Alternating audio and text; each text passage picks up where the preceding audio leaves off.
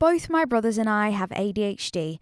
They got diagnosed during their first years of schooling, but I didn't receive my diagnosis until my first year of university. When you hear of ADHD, you probably imagine a hyperactive adolescent boy bouncing around a classroom, but that isn't always the case. Whether it be struggling to concentrate, being impulsive, or not being able to regulate our emotions, for women especially, it isn't one size fits all.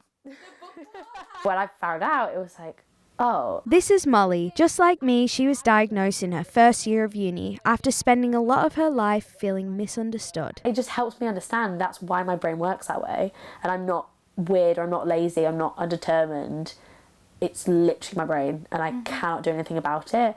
And I feel like knowing that I couldn't do anything about it helped me to do something about it, if that makes sense. If getting that diagnosis helps so much, why do women go for so long without it? Women usually internalize these symptoms more, and also due to societal standards, we just perceive these symptoms differently. The DSM-5 diagnostic criteria, which is used to diagnose ADHD, is based on research in males. And then there's still this lack of awareness that women can also have ADHD. Rebecca is battling with PTSD.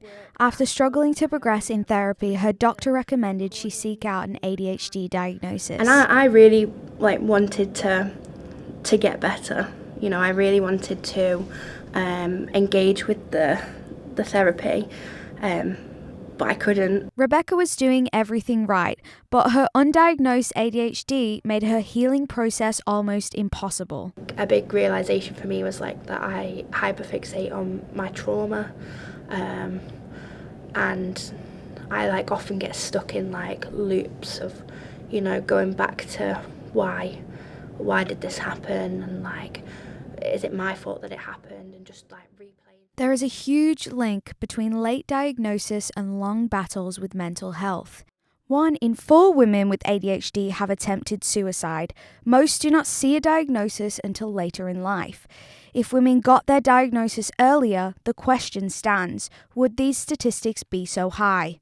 I was diagnosed with depression at a really young age, and I always thought there was something wrong with me because no matter how hard I tried to feel better, I never did.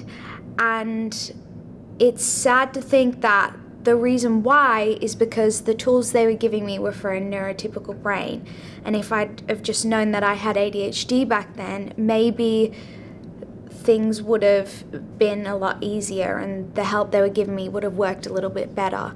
It feels like everyone was given instructions on life, a cheat sheet, and I'm just winging it.